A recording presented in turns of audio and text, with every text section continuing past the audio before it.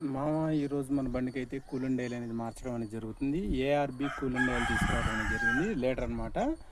మనం ఎవ్రీ 6 మంత్స్‌కి ఒకసారి కూలింగ్ ఆయిల్ కనుక మార్చినట్లయితే ఇంజిన్‌కి లైఫ్ బాగుంటుంది. ఇంజిన్ హీట్ ఎక్కకుండా ఉంటుందన్నమాట. మన మహేంద్రాకి తీసుకురావడం 3 డేస్ అయినా తీసుకొచ్చి ఈరోజు మారుస్తున్నాం అనమాట. ముందు ఇంజిన్‌లో ఉన్న నీళ్ళు మొత్తం క్లియర్ చేసేసుకోవాలి.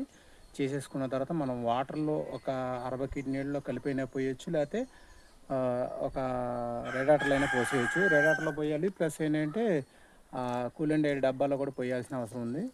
చూడండి, ఈ వైట్ డబ్బాలో ఒక హాఫ్ లీటరు, రేడియేటర్లో ఒక హాఫ్ లీటర్ పోసినట్లయితే అది మిక్స్ అయ్యే అవకాశం కూడా ఉంటుందన్నమాట.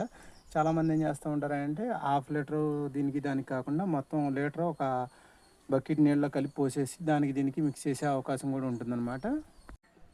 ఎవ్రీ 6 మంత్స్కి ఒకసారి కనుక మనం కూలింగ్ ఆయిల్ మార్చినట్లయితే ఇంజన్ లైఫ్ ఉంటుంది. హీట్ ఎక్కే అవకాశం కూడా చాలా తక్కువ ఉంటుందన్నమాట. ఒక హాఫ్ లీటర్ దీంట్లో పోద్దాం.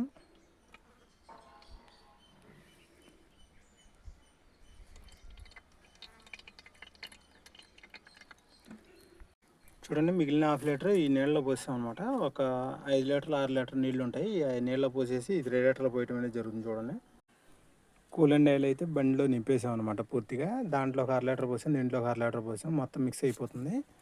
ఇలా చేయటం వల్ల ఇంజిన్ లైఫ్ అనేది ఎక్కువగా ఉంటుంది. ఇంజిన్ హీట్ ఎక్కువగా ఉంటుంది అనమాట.